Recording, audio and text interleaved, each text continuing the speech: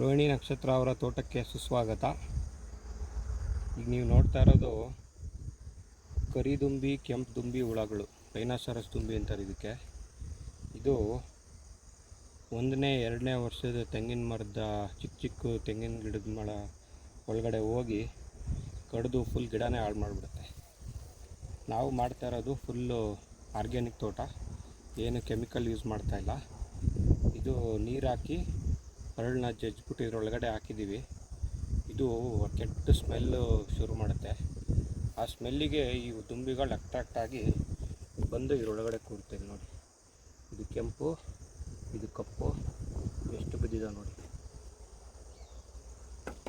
So ಇದು chemical free ಫಾರ್ಮಿಂಗಿಗೆ ಒಂದು example. ಈ ಥರ ಪೆಸ್ಟ್ನ ನಾವು ಕಂಟ್ರೋಲ್ ಮಾಡ್ತೀವಿ. ಧನ್ಯವಾದಗಳು.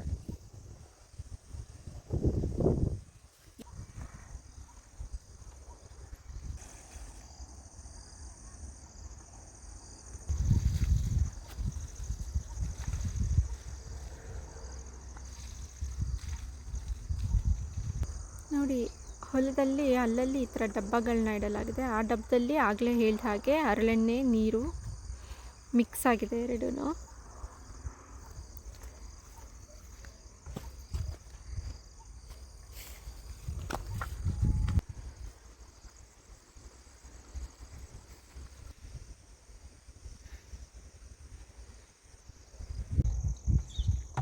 ನೋಡಿ, ಇದು ಡಬ್ಬದಲ್ಲಿ ಹರಳು ಜಜ್ಜಿಬಿಟ್ಟು ನೀರು ಹಾಕಿರೋದು. ತೆಂಗಿನ ಗಿಡ 1ನೇ ವರ್ಷ 2ನೇ ವರ್ಷ ಇದ್ದಾಗ ಈ ರೈನೋಸರಸ್ ದುಂಬಿ ಅನ್ನೋದು ಬಂದು ಚಿಗುರನ್ನೆಲ್ಲ ಕಡಿದ್ಬಿಡುತ್ತೆ.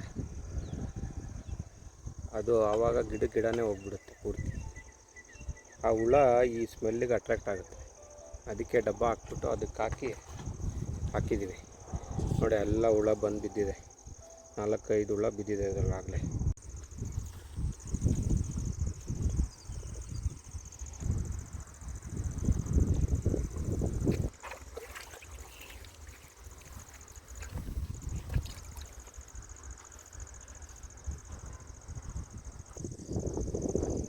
ನೋಡಿ, ಇದೊಂದು ಚಿಕ್ಕ ತೆಂಗಿನ ಮರ.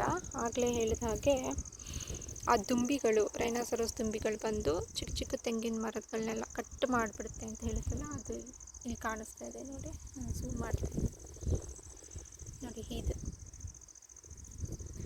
ಹೀಗೆ ಅವು ಈ ಥರ ತೆಂಗಿನ ಮರಗಳನ್ನ ಹಾಳು ಮಾಡಿಬಿಡುತ್ತೆ.